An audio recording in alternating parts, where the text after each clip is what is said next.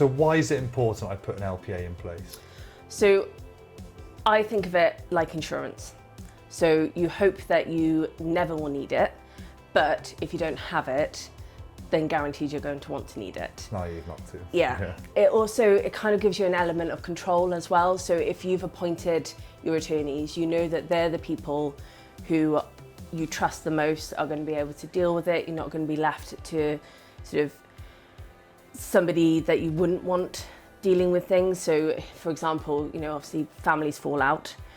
It might end up being a child that you don't talk to would be going down sort of the court of protection route and trying to take over your finances.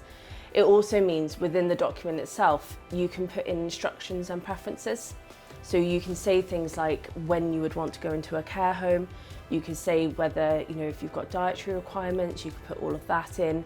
And then with the health and welfare, one of the really important parts is about life-sustaining treatment and whether you would want to stay on life support, whether you would want to have a big operation that would lengthen your life but may not give you any quality of life. Yeah.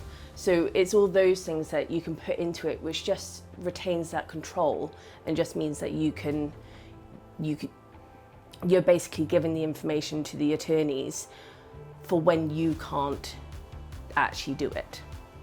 So if I don't have one in place, how messy can that get? Have you got maybe an example of some of the nightmares you've dealt with that? So what happens is you have to apply to the Court of Protection to become a court-appointed deputy, and that can take up to a year. So in that year, no one can deal with any assets, they can't make any welfare decisions for you, can't look after your bank accounts, and it can cause really, really big problems.